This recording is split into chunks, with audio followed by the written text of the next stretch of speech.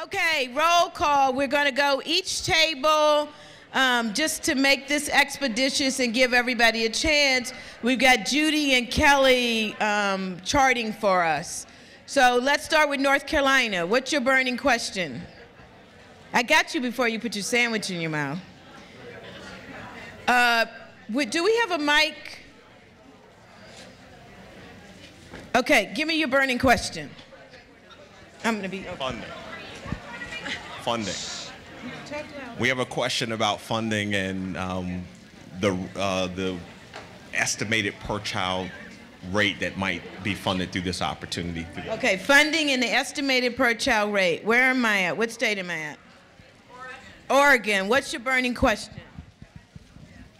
Recommendations about neutral facilitation between state systems and Head Start potential applicants in having conversations about how to support each other. Okay. Potentially build or other folks. Build or other folks. Perfect. All right. Is another state at this table? Yep.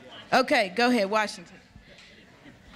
We have a lot of little questions, but I think what we're doing right now is trying to figure out how to operationalize sort of a state hub of resources that would be available to individual applicants. So we have a multitude of questions around how to operationalize that. Perfect. Question. What state? No, not Tracy. In Minnesota, we're thinking about the shared state resources and how to remain neutral and all of the things that everybody else has already talked about.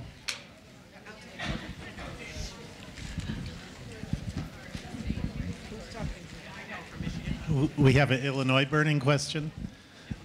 What kind of scale is needed at a local level to operate this program? Okay, Michigan. So in Michigan, our burning question is similar to some of the other states of specific ideas about how to serve as a resource for folks who are writing this grant and the types of resources, technical assistance they're bringing to folks in the state to write successful applications. Right. Got it? Burning question. And what can Bill do to help? Okay. We had heard there was a minimum of 72 children, Ohio. We wondered if there's still a minimum number to be covered in the application. Kansas, I'm coming your way. It's already been said? Already been said, thank you. Okay, good. Burning question? No? No? Oh, yes, okay. You have a burning question? Burning question? Me? Colorado, one of our burning questions is still in terms of the role and responsibilities from a state level, still looking at a possible maybe statewide application process and then supporting local communities and existing programs that might also be applying, and just all that goes with that, all the resources and support that are needed to actually do quite an extensive federal application. In New York, our question is how our state can support grantees, especially in addressing the challenge we have being in a state that has a state-supervised, county-administered child care subsidy system. We have very special challenges around syncing early Head Start and child care eligibility. I think our question is similar to one that was raised earlier, but in a large state, how can you align multiple levels of application, state, regional, and local, to common goals? California. So Georgia wants to know who in this room will share their actual budgets so we can do a uniform cost model based on provider type, based on urban or rural setting, and blended income models. And if we had some real financial data, some of us could really work on that and then share it with all the states. So this is, I have a question, which is, how can we use this amazing moment in history to take a giant leap forward in compensation parity for people working directly with children?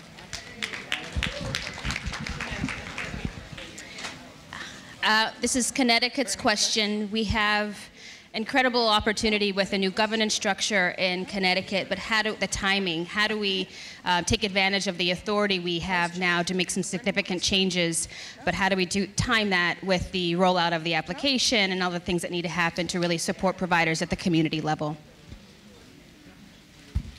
Burning question? Okay. Burning question on here. Hi, all my friends.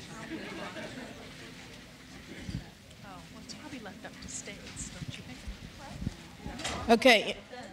You got one more, Susan? Okay. Florida. I guess our burning question is how will monitoring be conducted between federal and state and federal and federal?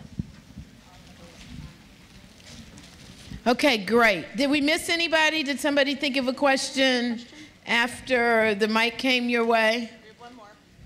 Okay. This is a question for Wisconsin, and I'm a group of one, so I guess it gets to be my question. So I know that members of our association are very interested in what kind of technical assistance supports are going to be available from regional offices, and if those supports will be ramped up, given that childcare will be new to this, and there's some work that grantees can do to teach childcare partners, but some of that really needs to be additional supports. Perfect. Thank you.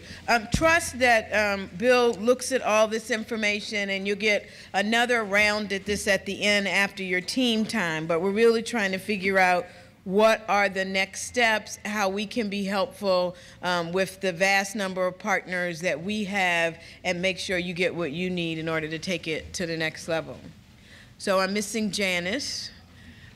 We're about to do the financing panel, and we're really lucky to have really 3 different perspectives in terms of that work. We have Ann Mitchell, who's the president of the Early Childhood Policy Research and co-founded the Alliance for Early Childhood Finance. She's written widely on early care education policy, finance reform, and system building, and has worked with more than half of the U.S. states, a dozen foundations, as well as federal agencies and national organizations.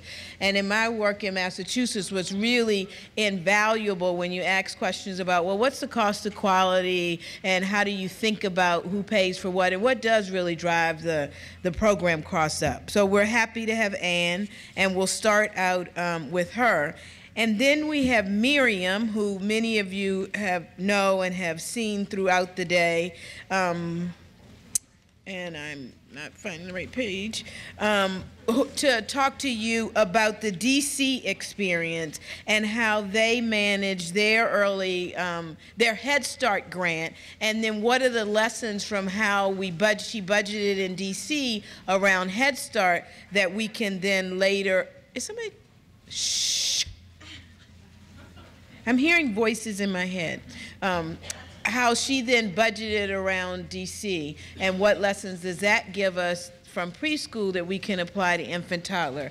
And then we have Janice Gruendel with us, who I've worked with in Connecticut and worked with on my Massachusetts work, who's done a lot of budgeting and work at the state level in Connecticut, who's really going to give us another idea, another way to think about this. A lot of this is about the application. It's also about the state role, but it's also about the big ideas on financing, and so she's going to leave us with that. So we're going to start with Ann, go to Miriam, and then Janice, and then, of course, we'll do question and answer.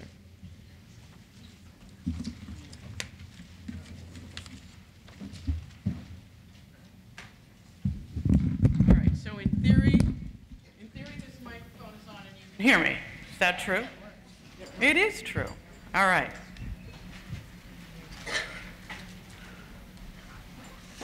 All right, let's see if we don't need that.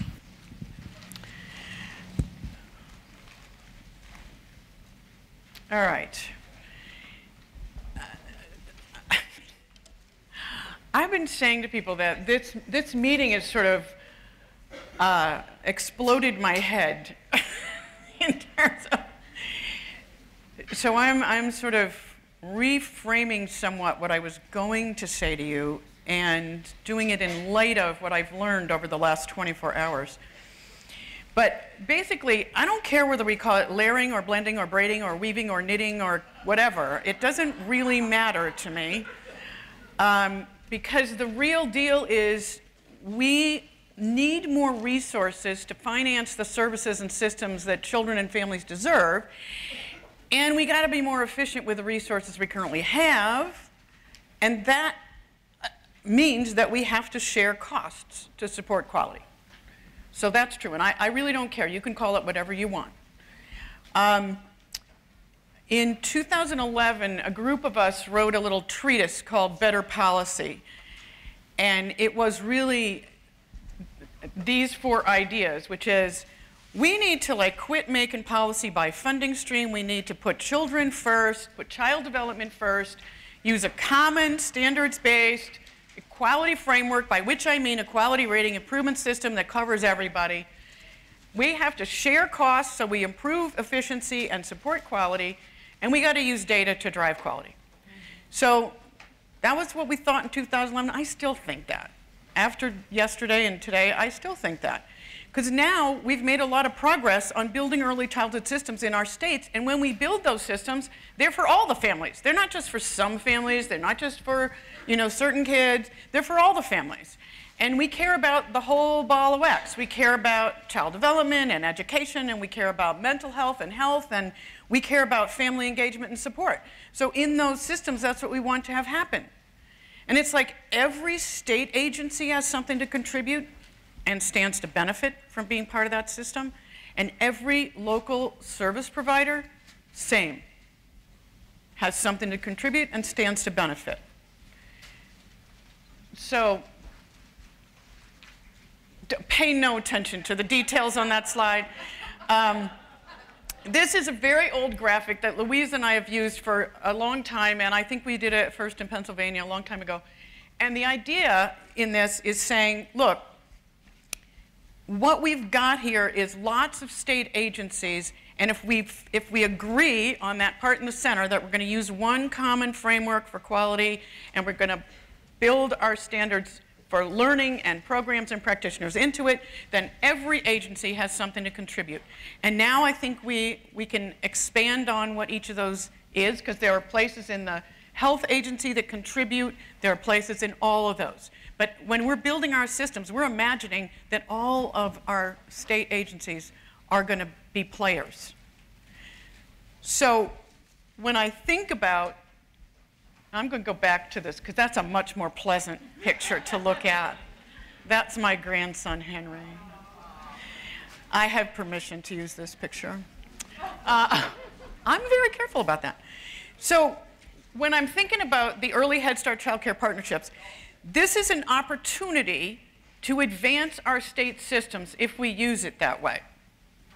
And I don't really care. I don't think it matters whether the state's the grantee, the state's a partner, the state's writes letters of support. There are ways that the state can use this opportunity to advance our system building. Because states have resources, that's what that other slide was. We have communities where we know we need to do better, and so those can be our pilots, our innovation zones, our empowerment zones, whatever you want to call them, but those can be the places in which we try to do this better. And so we care that the applicants in our state are going to be making things better in certain places. And we're, as a state, going to try to help that work. So it's an opportunity to model some of the things that we want, like regional hubs of support for all kinds of providers, not just early Head Start, not just child care, but maybe we can figure out how to deliver health services more effectively if we regionalize, if we have county-based systems, we use that. So it's like we have an opportunity here. And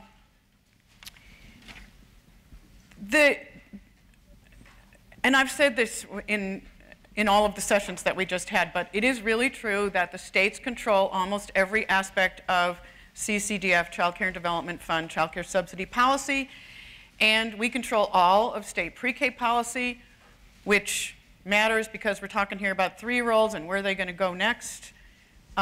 We control much of early intervention and early childhood special ed policy in our state, so we really do have a lot more control than we sometimes feel like we have. So we have an opportunity here to simplify and make better our policies so that they support families better, they support quality better, and they're going to be easier to blend.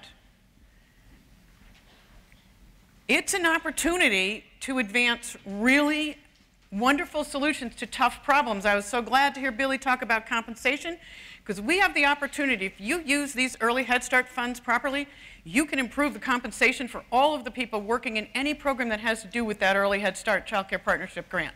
And that becomes a beacon. That becomes a beacon of, this is possible, we know how to do it, we know how much it costs, all we got to do is figure out how to get the money for the rest of us. But having solutions in our midst is a huge part of getting to where we want to go.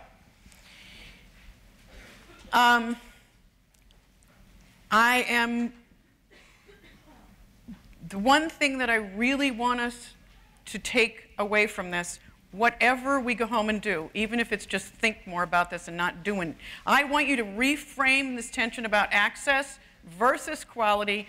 I want you to say what we care about is access to quality. Access to quality. Say it with me. Access to quality. I will never pit access against quality again. Raise your hand. If you are an advocate, I want you to raise your hand. I will never pit access against quality ever again. Because the reason that states aren't going to change their policies is that they feel like they're going to get beat up by the legislature. It's going to say, this is going to cost so much. Where are we going to get the money? And they're going to get beat up by the advocates who say you're going to see fewer children. So it is really important that you take this pledge. So I'm not a complete Pollyanna. I know it's really hard to do this. I think the fact that we are talking about it is the first step, and that it may take a long time. But we do have opportunities. In certain states, you have opportunities to use these partnerships for small pilots of how you might change things about your Medicaid plan, things about your CCDF plan, and do it on a small scale, make sure it works, and then you have the experience to go bigger. So this is what I want the partnerships to do. I want you to put children first. I want you to share costs. I want you to innovate and be bold. But to do this, you got to trust each other, you got to be honest, and you got to really respect one another, because that's the only way we're going to do this. Thank you very much. Oh, Sherri says I'm allowed to take a couple questions. If you have no questions, just take the pledge again. And, yeah. Okay, we'll come back. We'll come back. I just wanted to make sure. All right, thank you.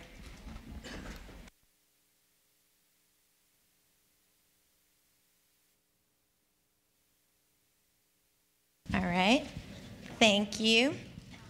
Hope everyone can see me. I always have to make a joke about my height when I stand behind a podium. So I'm going to talk about the Head Start school-wide model. As Sherri said, this is an approach in pre-K, but the idea was that it would sort of demonstrate an innovation with respect to blending resources that might be useful and applicable to Head Start. This model was put in place for the early Head Start child care partnerships. The model was put in place in 2010 during my tenure as the director of early childhood education at DC Public Schools. I'm happy to say the program is still active and working and continuing to improve each year as folks get more ideas and more experience with how to do it.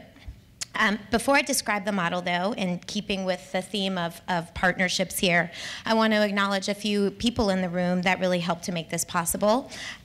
Joan and Yvette and the federal staff in Region 3, who I think saw the potential in this approach and committed to figuring out how to make it work. Dana Jones is our Head Start partner in the District of Columbia. Dana showed a lot of vision and a lot of risk. Thank you, Dana. When we started this, about 40% of our Head Start funding came through a delegate grant to our school district from Dana's organization. We were a deficient program at the time. We were definitely on the recompetition list, I'm sure. And Dana took a chance as did all of the feds, in believing that a program that was not doing well at meeting the Head Start performance standards for 1,782 kids would do much better at being able to meet the Head Start performance standards for 5,000 kids. It was a little bit of a stretch. In fact, Dana said to me, when I explained sort of the whole vision, he said, well, I think if what I understand you're doing, you're going to do universal Head Start in the school district at all of the Title I schools, so that sort of changes my business model, and I think I need to do more early Head Start. And we said, great. And we figured out ways that we could help him do that, like giving space in the schools for early Head Start and in the high schools. And so we figured out how to make it work. So what is the Head Start school-wide model, and kind of what was the vision around it? First is that at the time we started conceiving about this, we were going through a rapid expansion of pre-K in the District of Columbia.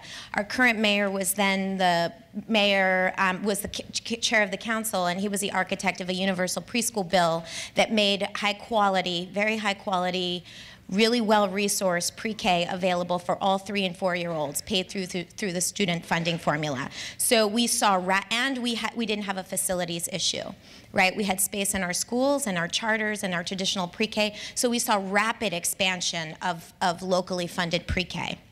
That started to create some challenges within Head Start at the school.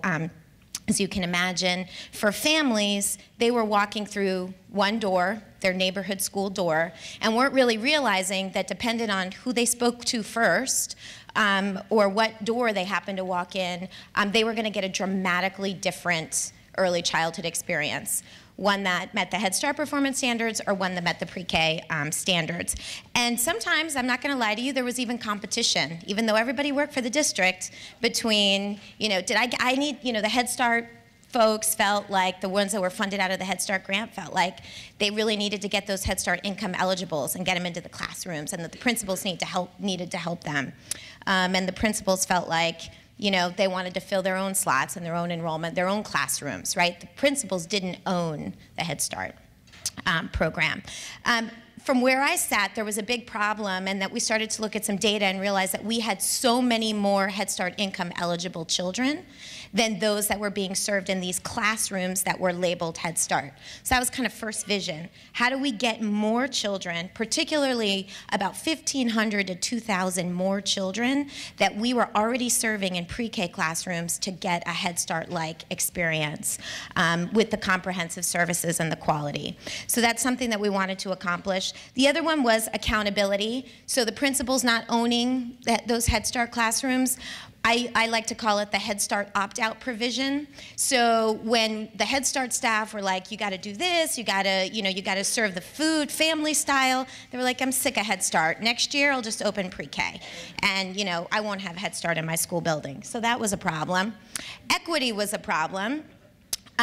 We were labeling kids as poor in a public school, right? You're in the poor kids classroom, right? Even though we had lots of Head Start income eligibles in pre-K, we were labeling children. We were labeling the families. They were having to prove other things like income eligibility and bring other paperwork. Often they didn't want to do it, and they said, you know what, I'm not bringing my pay stub, I'll just go through the other door. And then resources for quality improvement. We wanted to look for efficiencies. So if the district really owned pre-K, and if it was one program, we could do things like renegotiate the food contract and say, you know what, for all pre-K, you have to do family style. And we could eliminate a position, true story that we had, where we had 3 people that had to run around and try to convince cafeteria staff to prepare food family style for a certain subset of classrooms, right? So we could repurpose those dollars and start to put them to use in other ways. And then we wanted to really leverage the strengths of pre-K and Head Start. So mentioning we had 2 different programs with 2 different visions. The pre-K teachers would say, we're the program that's focusing on literacy, we're getting kids ready for kindergarten. Those teachers over there are changing diapers and playing. And the Head Start teachers would say, we're developmentally appropriate, we're working with families, we're meeting the needs, you know, those teachers, developmentally inappropriate. We wanted to take the best of both models. Okay, so this is how we tried to do the money part. So we wanted to build one early childhood program. How did we do it? We took a very generous cost per child that we got through the student funding formula, and we said this covers the slot, right? So it covers the cost of the teachers and the aides in Head Start and pre-K classrooms in all Title I schools in the District of Columbia. The Title I schools was sort of our marker because of the way the city is divided economically. The Head Start the Title I schools were our best proxy for reaching all those additional 1,500 to 2,000 Head Start income eligible children. And then we said the local funds are also an in-kind contribution, are contributing to this model, right? The principal, the custodian, the staff at the front of the office that are doing the intake and enrollment. Often we had school-based social workers.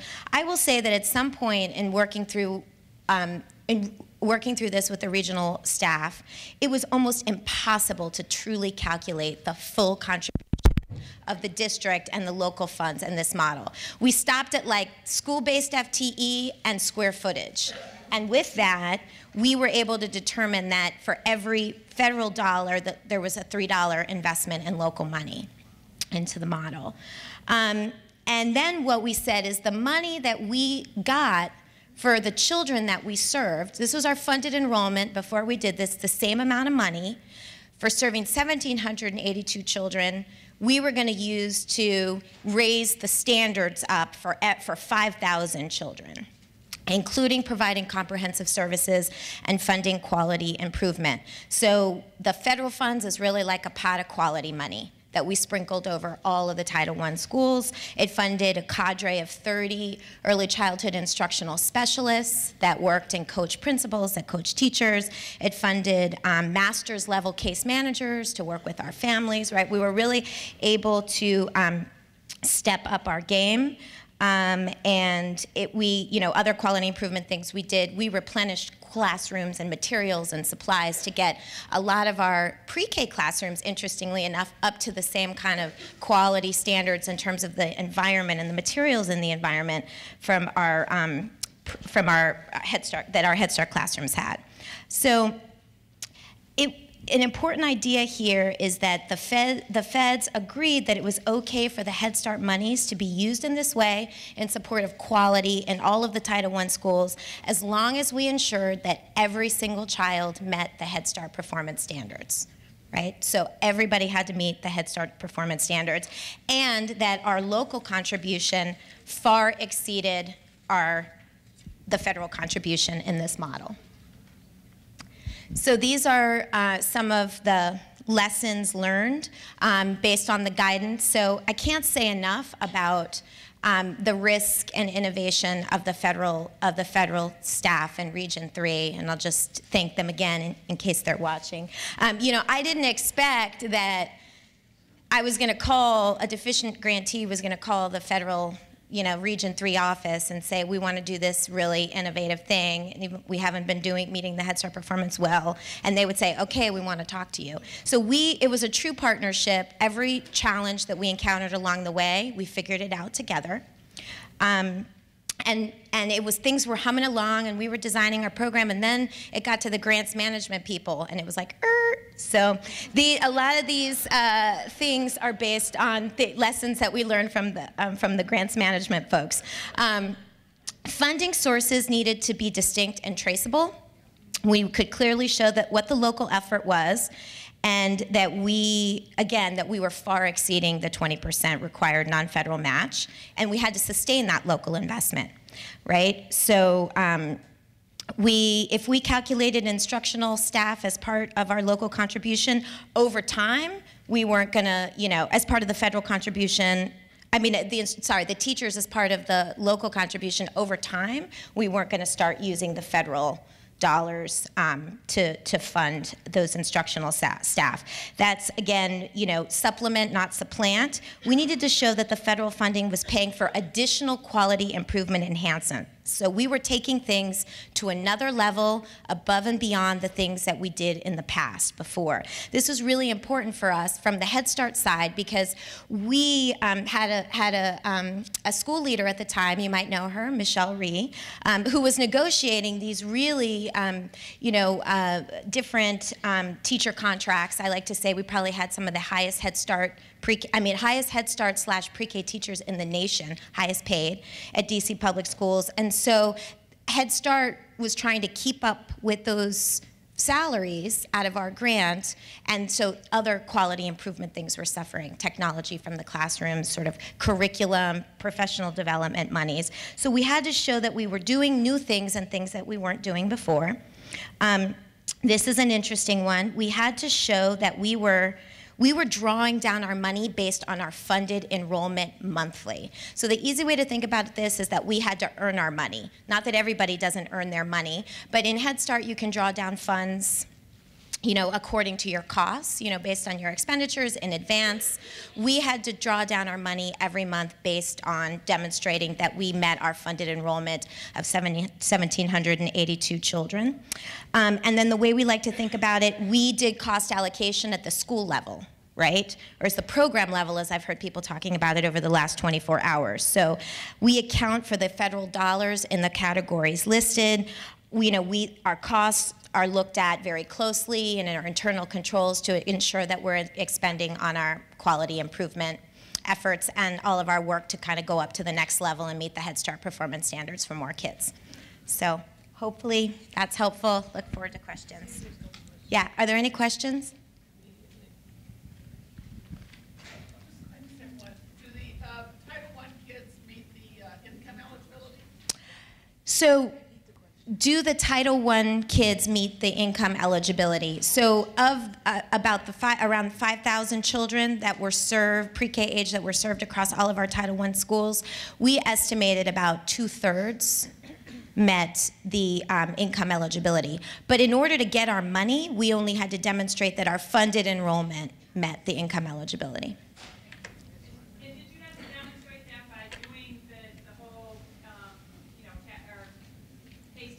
Pay stub, yeah. How did we prove income eligibility? Basically, the question is, how do we demonstrate income eligibility? That's a great question. I was thinking about that earlier. We were trying to do everything to not have families have to bring pay stubs into the public school, and so we got really creative. We worked with the state, and we determined all of our categorically eligible. So we went to the McKinney-Vento, we went to CFSA. That was sort of easy. Homeless, foster, anybody who was categorically eligible for Head Start, we got that first by not having to ask the parent directly from the state. I even went to the Office of Tax and Revenue to try to see if they could use W-2s. There was some tricky things. I won't go into the difficulties of the Office of Tax and Revenue, but that didn't really work. And then for what we ended up doing is eventually notifying families that if we got close to not being able to show the 1,782, we were going to, it was kind of like a notification that we were going to need to ask them for proof of pay stubs, right? But it wasn't kind of at the front door. We tried to do everything we could to get the proof for the 1,782 by going to alternate sources. And actually, the Office of Tax and Revenue did help us once we got the Social Security numbers of the families and able to show documentation of proof of income eligibility that way. So it was a combination of lots of things, but there wasn't, there were times when we knew we might have to go directly to families. So I just want to say super innovative, so amazing. I have a question about what effects there were on the program, because in partnering with around the country, partnering with in elementary schools, often the elementary school K-5 approach is sort of driven down to early childhood. And I was wondering, especially in this mode where everything is the same, if you could just comment on what happened in terms of your curriculum and developmentally appropriate practice, and how, did you see any learning by the kindergarten teachers from early childhood back and forth?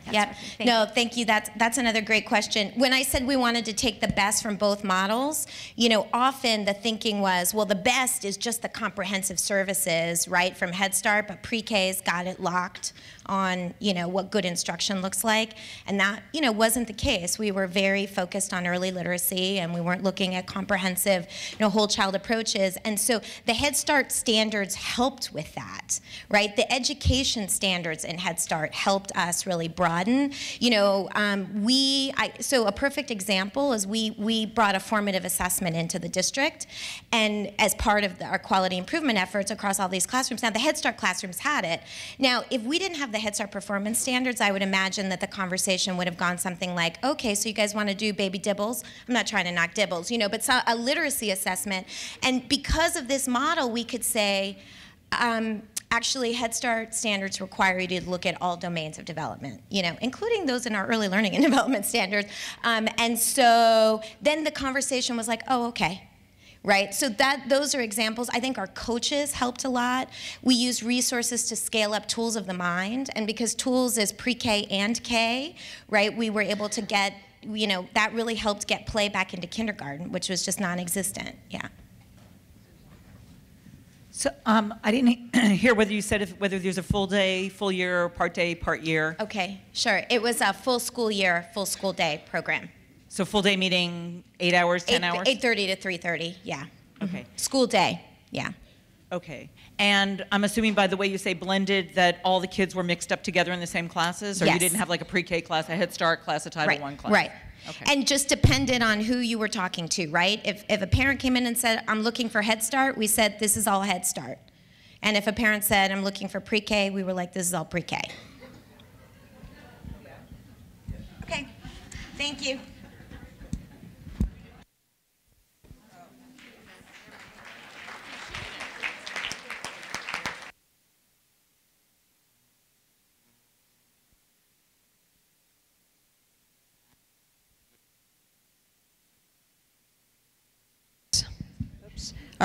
Yes, thank you.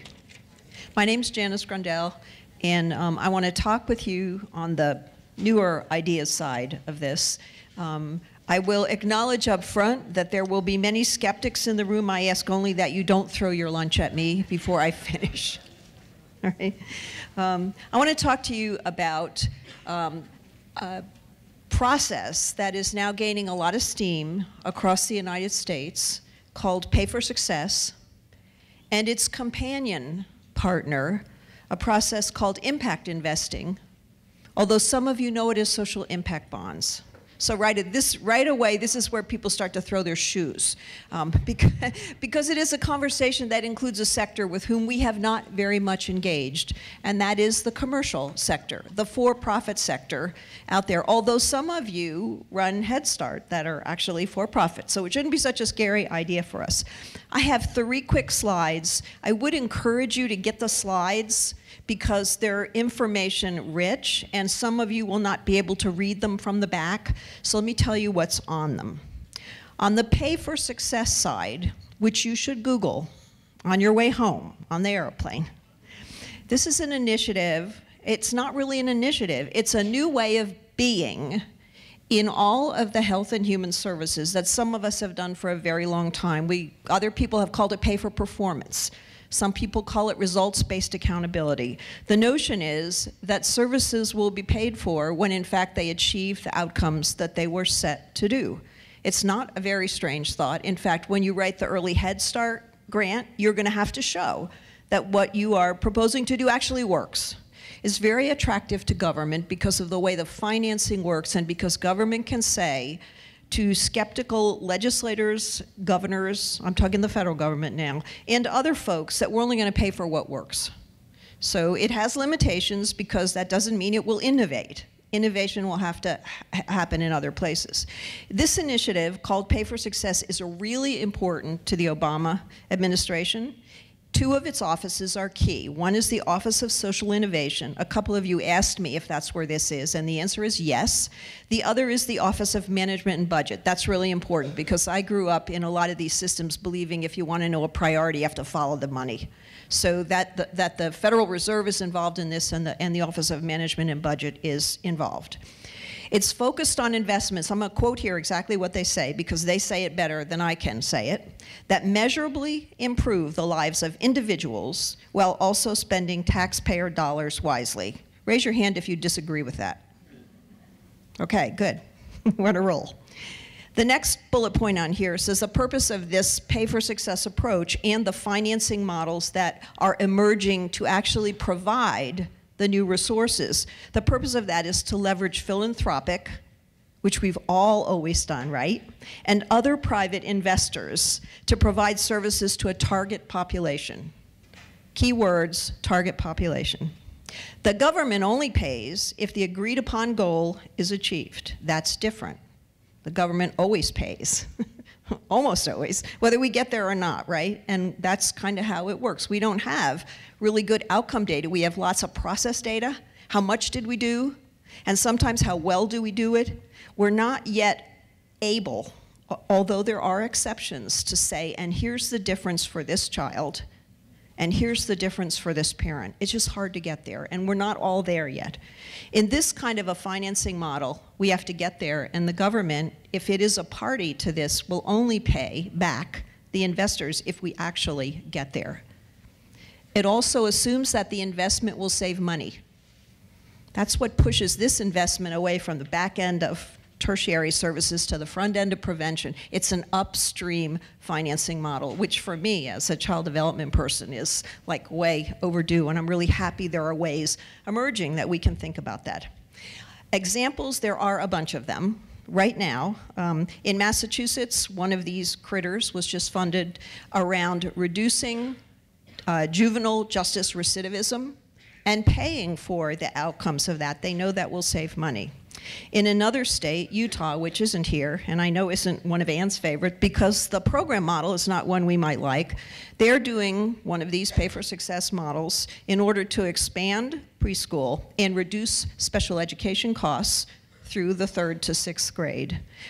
There are a couple of these emerging focused on homelessness. There's one in California focused on asthma reduction and hospital costs, and another one looking at how to reduce costs of elder care. That's what pay for success is. It's just paying for an outcome that you want. It makes some assumptions, however. It makes the assumption that you have data,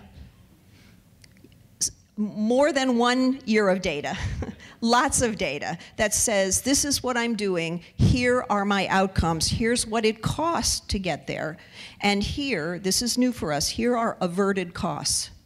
This is what the state government or the county government or the federal government didn't pay because in fact some of these programs actually really work. We don't usually calculate those things, but those of us who do return on investment arguments are really in that arena.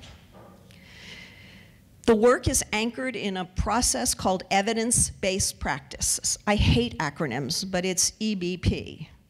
In our arena, there are several that are noteworthy. Some of you know about nurse-family partnerships.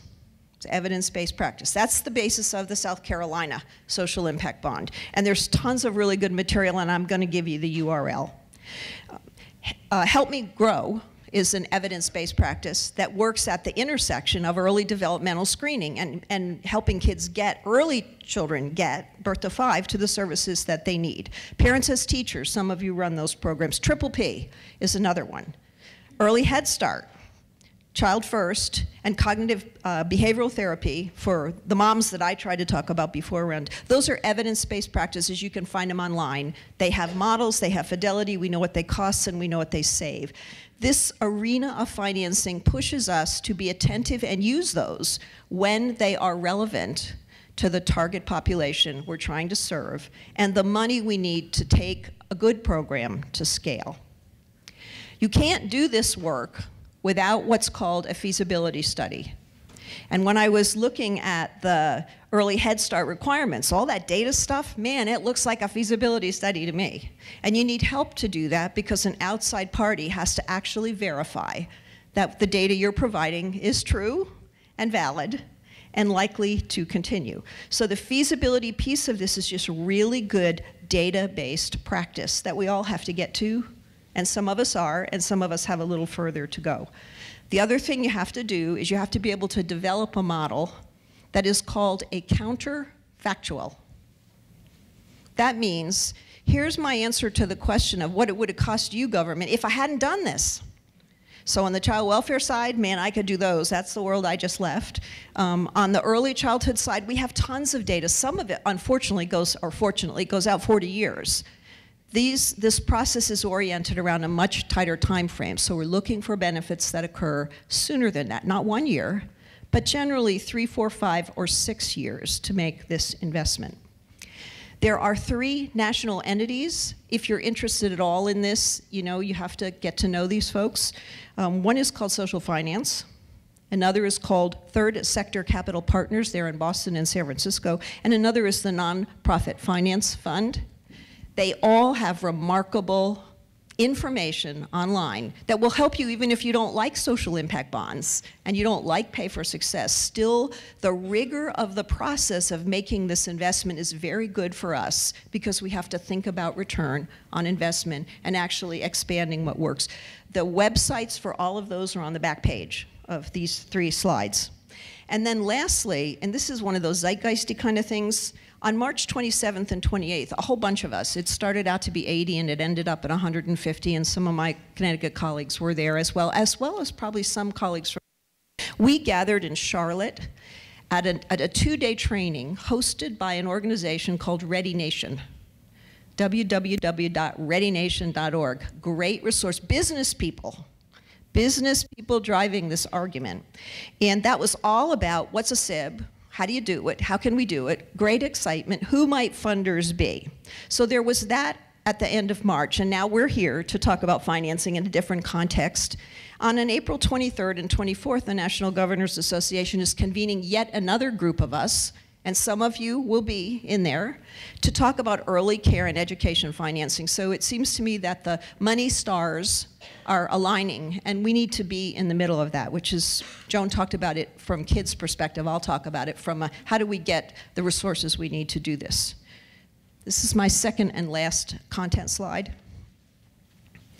This is a chart as simple as can be produced for a complicated financing process. The document that it comes from was written by Merrill Lynch, one of those big banky financing investment guys, and Social Finance, which is one of the 3 organizations that I suggested you take a look at. And they tried to make clear for people for whom this was a new way of thinking what the actual dollar process is. It's really only got 7 steps. It's pretty straightforward. The deals are complicated. I'm going to use their word, the deals. We don't like those words, but if you're a financier, this is a deal, and this is you make an investment and you get paid back something if the outcome is achieved. If the outcome is not achieved, you don't get a penny. So it puts the risk outside of government, and that's one of the things that the Office of Social Innovation likes. So there are investors. This assumes you've done a feasibility study, and your outside consultant has helped you to make a really good argument that if you do this, these will be the positive outcomes. These will be the costs that you will expend and avert, right? We won't have to pay for those other bad things. And if we didn't do it, this is what would happen. So that's just good work. Then you have a bunch of investors. They tend to be private investors, family investors, but not through foundations, although foundations play in this role. Bank of America is one, Goldman Sachs is another one, JP Morgan, these big guys, right? They have money sitting in their houses of finance that are just sitting there, and they're looking for places to make a social investment, where there is both, they have a good likelihood of getting their money back, with a maybe small return. I mean, we're talking about little returns here, 2, 3, 4%, not some of the wild hedge fundy kind of stuff, where they're willing to take the risk to put the money up front. We're talking big money here, $20, $30, $40 million at a shot. And they sit there. Their job is to invest in us, those of us who want to move forward with some pieces of this. There is an intermediary which is created in a state to manage this process, because we're talking about lots of big money, and it has to be independent. And often you get to that through the 3 big intermediary organizations. Their job is to structure, coordinate, and manage the risk. The next piece is you and me, social service providers. Our job's to deliver the services, just what we're doing now. Only this provides money to do them at a scalable level with an outcome you believe you can achieve based on data that tells you that that's a pretty good risk. It's based on populations of need. Not everybody, it doesn't serve everybody. Evidence-based practices serve a very specific target population with a very specific model that's an advantage and a disadvantage, right? You can't color around the edges. You have to deliver it the way the model was developed. But we have return on investment data. So that goes to populations of needs. Results are achieved. There's an independent validator, again, because we're talking about lots of money, and they say, oh yeah, you really did it. You really did it. In which case, the government, which is usually a party to this, agrees to pay something. They usually share the costs of this. They make a payment that repays principal and return, and we get outcomes. It's very different than the way we think about paying for parts of the work we do. It's except at the front end. And so I think it stretches you. I'm watching people, I've been there really where people through shoes, and I'm not asking you to love it or adopt it. I'm not asking you to not be skeptical. I'm only saying that this is a train with regard to significant financing that's left the station in America. It's already chugging down the road in England. And it behooves us at some level to be smart about the process, because there are 26 or 27 states already engaged in this. And to the extent that it might be relevant to our children, the most vulnerable children and families, we need to know about it. So if you don't do it, that's really fine. If you do decide that you're sort of interested, then you need to go to these websites and see which of your states are engaged, and at least invite them to this table that you're gonna create around early childhood. And then lastly, this is just a set of hyperlinked couple resources, right? Not a ton. I could give you an encyclopedia and you don't really need that. But if you take a look at any one of the top 4 short reports, very useful, and the 3 websites, you'll have a sense of where this initiative is going. So thank you for listening, and also for being open that this is a time of financing opportunity. Certainly the government is giving us an opportunity.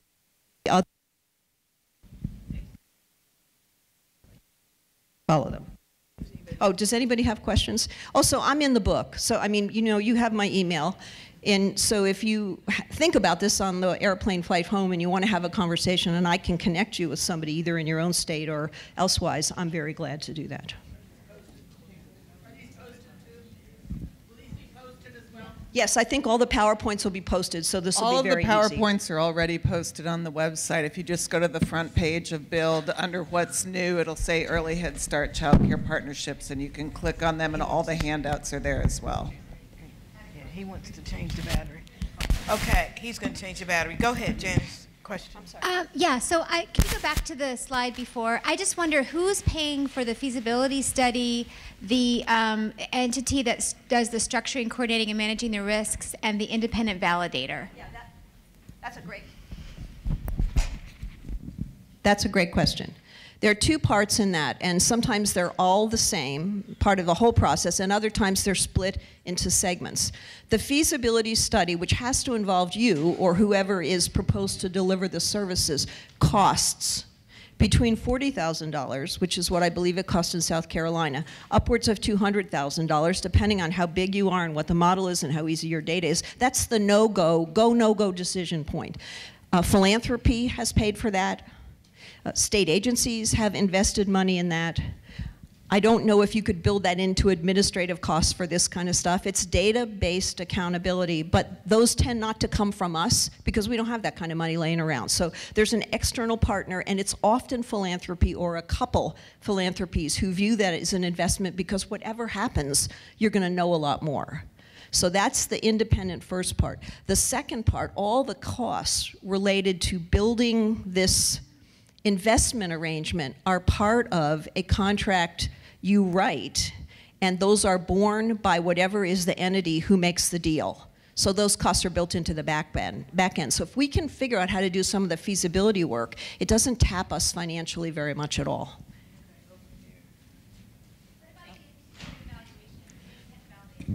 That's built into the back end. Companies do that. Lots of people do that. The one I'm most familiar with is a public consulting group in Boston where they're doing the Massachusetts back end. And that's really looking at the data elements and is the data coming in and what are the challenges. I don't think it's a big cost. I don't know the actual cost. A higher ed could do that, by the way. You know, we could use some of our systems to do some of this. So a question about this type of financing. And I know Utah and others are doing it, so maybe there's a simple answer. We've explored when you do it with juvenile justice, when you do it with long-term care, something where you have institutional, you make the investment on the front end and then there's a payoff and it's all within one system.